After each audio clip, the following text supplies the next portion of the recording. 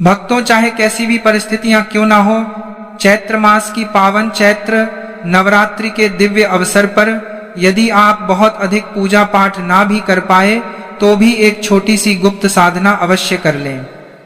इन पवित्र दिनों में एक ऐसी दिव्य वस्तु का सेवन चुपचाप और पूर्ण श्रद्धा के साथ कर लेना है जिसके प्रभाव से जीवन में चल रही बाधाएं धीरे धीरे समाप्त होने लगती हैं, रुका हुआ धन वापस आने के मार्ग बनने लगते हैं और भाग्य के बंद पड़े द्वार खुलने लगते हैं। विश्वास रखिए भक्तों, यह कोई साधारण समय नहीं होता।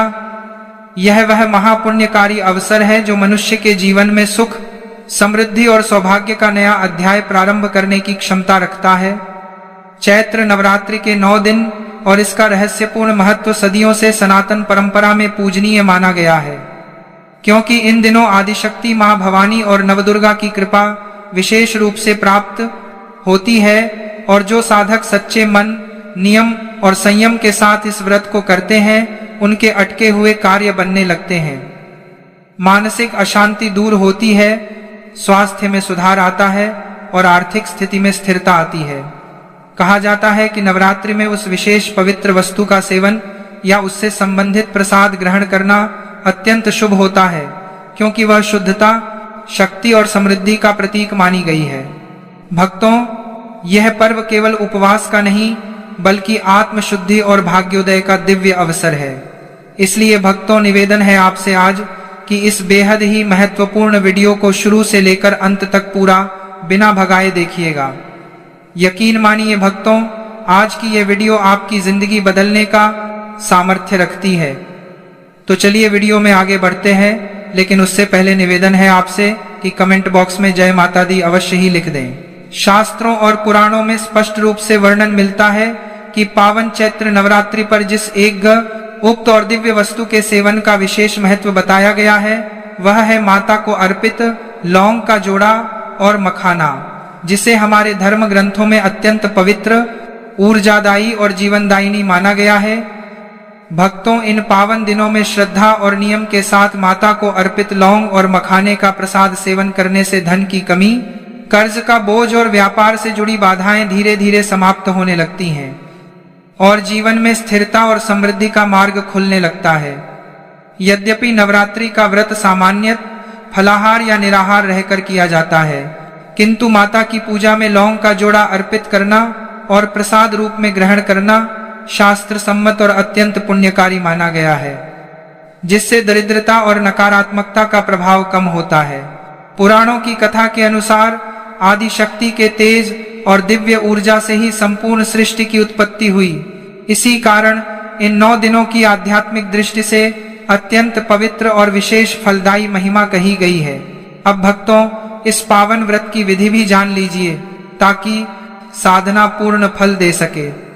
इस वर्ष चैत्र नवरात्रि का व्रत अत्यंत शुभ योगों में रखा जाएगा। व्रत का पारण नवमी तिथि के समापन या दशमी को सूर्योदय के बाद शुभ समय में कन्या पूजन के पश्चात करना शास्त्र सम्मत माना गया है और उस समय कन्याओं या जरूरतमंदों को भोजन कराना तथा अपनी सामर्थ्य के अनुसार दान देना अत्यंत पुण्यदायी कहा गया है। प्रातः काल उठकर स्नान के जल में गंगा जल मिलाना, स्वच्छ लाल या पीले वस्त्र धारण करना और माता रानी के समक्ष घी का अखंड दीप प्रज्वलित करना अत्यंत शुभ माना गया है। लाल पुष्प, कुमकुम, अक्षत, लौंग, बताशा और सात्विक नैवेद्य अर्पित करके श्रद्धा से पूजन करें तथा दिन भर ओम ऐं ह्रीं क्लीं चामुंडाय विच्चे या नवाण मंत्र का जप करते रहें। रात्रि में भजन, भेंट या माता का जागरण करने से इस व्रत का पुण्य कई गुना बढ़ जाता है और जीवन में आध्यात्मिक उन्नति तथा मानसिक शांति का अनुभव होता है। भक्तों, चैत्र नवरात्रि पर कुछ विशेष चीजों का सेवन करना जहां आपके जीवन को सुख समृद्धि से भर देता है, वहीं कुछ चीजें ऐसी भी हैं जिन्हें भूलकर भी घर में नहीं लाना चाहिए। इन पावन दिनों में माता रानी को लौंग के जोड़े के साथ 5 प्रकार के मीठे फलों का भोग अवश्य लगाना चाहिए, जिनमें केला, अंगूर, आम, पपीता और लाल सेब या अनार शामिल हो, क्योंकि यह फल सात्विकता और समृद्धि के प्रतीक माने गए हैं। नवरात्रि के दिन साबूदाने की खीर या मखाने की खीर बनाकर माता को अर्पित करने और फिर पूरे परिवार के साथ प्रसाद स्वरूप ग्रहण करने से कुंडली के प्रतिकूल ग्रह शांत होते हैं। लेकिन भक्तों, इस पावन पर्व पर भूलकर भी साधारण सादा नमक, लहसुन, प्याज, बैंगन या किसी भी प्रकार का तामसिक भोजन घर में नहीं बनना चाहिए, क्योंकि नवरात्रि का व्रत सात्विकता, संयम और आत्मशुद्धि का प्रतीक है। अब यह जानना अत्यंत आवश्यक है कि जो साधक फलाहार पर व्रत रखते हैं या जो सेंधा नमक का आहार लेते हैं, उनके लिए शास्त्रों के नियम क्या कहते हैं। फलाहारी व्रत करने वाले भक्तों को पूर्ण रूप से अन्न और नमक का त्याग करना होता है। उन्हें केवल ताजे फलों का रस, सेब, केला, अंगूर, पपीता जैसे सात्विक फल, दूध, दही, छाछ, घर का बना शुद्ध पनीर, सूखे मेवे और मखाने का ही सेवन करना चाहिए। फलाहार में बाजार की मिलावटी वस्तुओं का प्रयोग पूर्णतः वर्जित माना गया है। वहीं दूसरी ओर जो भक्त एक समय साधारण नमक का त्याग करके सेंधा नमक का सात्विक आहार ग्रहण करते हैं, उन्हें आहार में केवल कुट्टू का आटा, सिंघाड़े का आटा, राजगिरा, साबूदाना और समा के चावल, व्रत वाले चावल का ही उपयोग करना चाहिए। सब्जियों में आप लौकी, कद्दू, अरबी, शकरकंद और आलू का सेवन कर सकते हैं, जिन्हें केवल शुद्ध घी या मूंगफली के तेल में जीरा, अदरक, हरी मिर्च और काली मिर्च का छौंक लगाकर ही बनाना चाहिए। सेंधा नमक का उपयोग करने वाले साधकों को इस बात का विशेष ध्यान रखना चाहिए कि उनके भोजन में हल्दी, धनिया पाउडर, लाल मिर्च, हींग और सरसों या तिल के तेल का प्रयोग बिल्कुल ना हो। इस व्रत में केवल फलाहार, कुट्टू या सिंघाड़े का आटा, साबूदाना, मखाना और सेंधा नमक का ही प्रयोग करना चाहिए। जिस घर में इन दिनों लहसुन, प्याज या मांस, मदिरा का सेवन होता है, वहां से माता रानी की कृपा दूर हो जाती है और नकारात्मकता का प्रभाव बढ़ने लगता है। सुहागन महिलाओं को नवरात्रि के विशेष नियमों का पालन करना चाहिए और घर की सफाई करते समय यह ध्यान रखना चाहिए कि किसी जीव को हानि ना पहुंचे, क्योंकि दया और करुणा भी शक्ति उपासना का महत्वपूर्ण अंग है। इस पावन व्रत की पूर्णता इसकी कथा सुने बिना अधूरी मानी जाती है। पौराणिक वर्णन के अनुसार त्रेता युग में जब मर्यादा पुरुषोत्तम भगवान श्री राम का लंकापति रावण से युद्ध चल रहा था, तब उन्होंने भी शक्ति प्राप्त करने के लिए चैत्र नवरात्रि में मां भगवती की घोर तपस्या की थी। उन्होंने 9 दिनों तक कठोर उपवास रखकर शक्ति की आराधना की और 108 नील कमलों से माता का पूजन आरंभ किया। रावण जैसे मायावी और शक्तिशाली शत्रु पर विजय पाने के लिए जब एक कमल कम पड़ गया, तो उन्होंने अपना नेत्र ही अर्पित करने का संकल्प लिया। उनकी इस अटूट भक्ति और समर्पण को देखकर साक्षात मां जगदम्बा प्रकट हुई और उन्हें विजय का आशीर्वाद दिया। इस महान साधना से यह सिद्ध होता है कि यह व्रत कभी निष्फल नहीं जाता और सच्ची श्रद्धा से किया गया साधन जीवन को धन, वैभव और ईश्वरीय संरक्षण प्रदान करता है। भक्तों, नवरात्रि के दिनों में गौ माता की सेवा का भी विशेष महत्व बताया गया है। घर में बनी पहली ताजी रोटी, फलाहारी या सात्विक पर थोड़ा सा गुड़ रखकर गौ माता को खिलाना अत्यंत पुण्यकारी माना गया है। आपसे निवेदन है कि आने वाली इस महाचैत्र नवरात्रि का व्रत नियम, संयम और निर्मल भाव से करें। मन में किसी के प्रति ईर्ष्या या द्वेष ना रखें। प्रातः ब्रह्म मुहूर्त में उठकर स्नान करके स्वच्छ लाल या पीले वस्त्र धारण करें। मंदिर या पूजा स्थान को शुद्ध करें और वहां माता रानी की मूर्ति या चित्र स्थापित करें। घी का दीपक जलाएं। एक स्वच्छ पात्र में पंचामृत तैयार करें। गाय का दूध, दही, शुद्ध घी, शहद और मिश्री। माता रानी का अभिषेक करते समय नवार्ण मंत्र का जप करना अत्यंत शुभ माना जाता है। इसके बाद माता को लाल चुनरी, कुमकुम और नैवेद्य अर्पित करें। जो पंचामृत माता के श्री चरणों से होकर बहता है, वही पवित्र चरणामृत बन जाता है। शास्त्रों में कहा गया है कि यह चरणामृत अमृत के समान पवित्र होता है। इसे ग्रहण करने से शरीर और मन दोनों शुद्ध होते हैं। अकाल मृत्यु का भय नहीं सताता और आयु, आरोग्य तथा सौभाग्य की वृद्धि होती है। प्रिय भक्तों, नवरात्रि में मां शक्ति की आराधना के साथ मधु, अर्थात शहद का विशेष महत्व माना जाता है। शास्त्रों के अनुसार मधु केवल एक भोजन नहीं बल्कि ऊर्जा, अमृत और दिव्य आनंद का प्रतीक है। देवी की महिमा का वर्णन करने वाले ग्रंथ दुर्गा सप्तशती में वर्णित कथा के अनुसार जब मां दुर्गा और महिषासुर के बीच भीषण युद्ध चल रहा था, तब देवी ने युद्ध के मध्य मधु का पान किया और प्रचंड हंसी के साथ असुरों को ललकारा। इस प्रसंग का प्रसिद्ध श्लोक है, गर्ज गर्ज क्षणम मूढ़ मधु यावत पिबाम्यहम मया त्वयि हते त्रैव गर्जिष्यन्त्याशु देवता।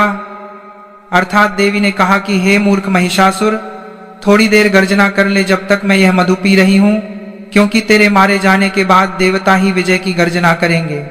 इस श्लोक में मधु शक्ति, उत्साह और विजय का प्रतीक माना गया है।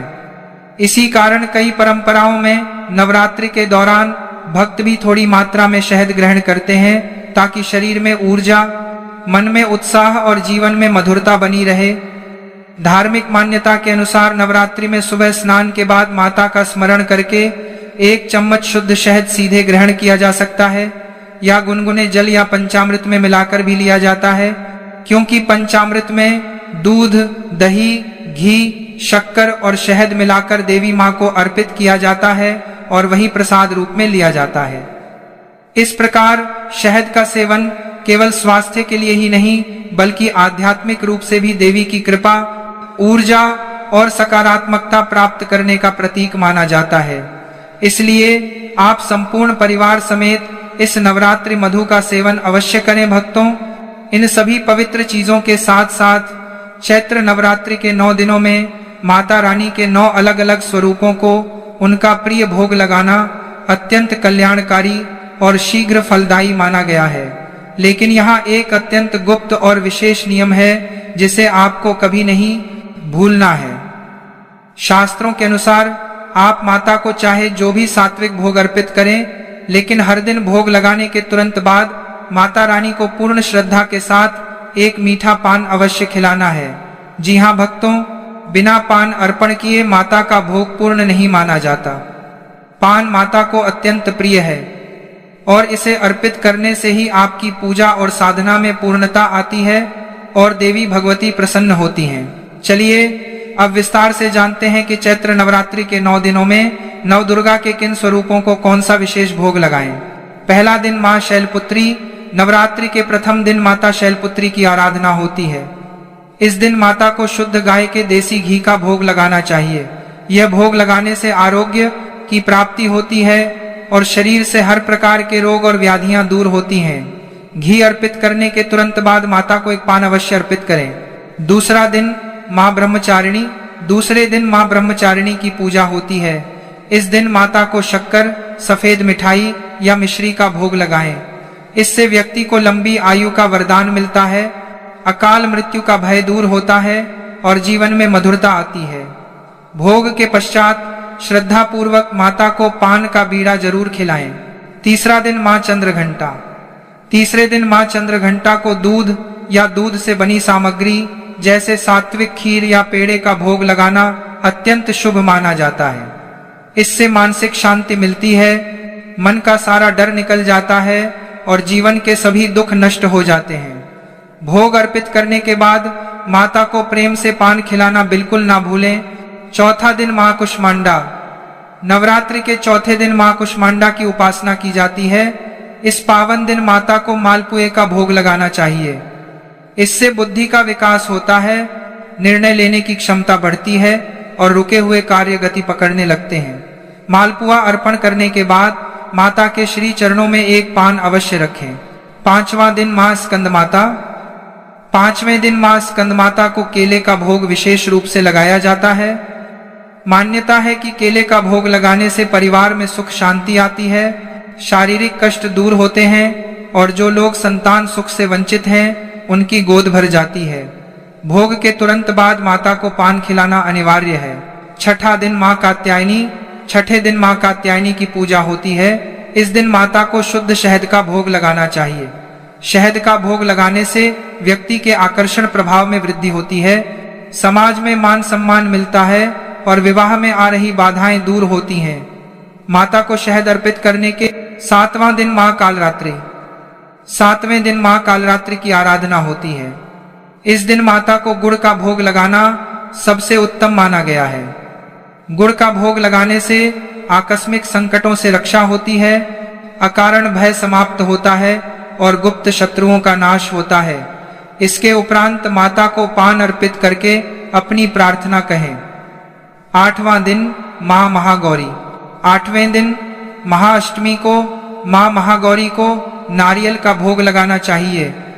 इससे जीवन में स्थिरता आती है, संतान सुख की प्राप्ति होती है और मन की हर अधूरी मनोकामना पूरी हो जाती है। नारियल अर्पित करने के बाद माता रानी को मीठा पान अवश्य खिलाएं। 9वां दिन मां सिद्धिदात्री। नवरात्रि के अंतिम और 9वें दिन मां सिद्धिदात्री की पूजा होती है।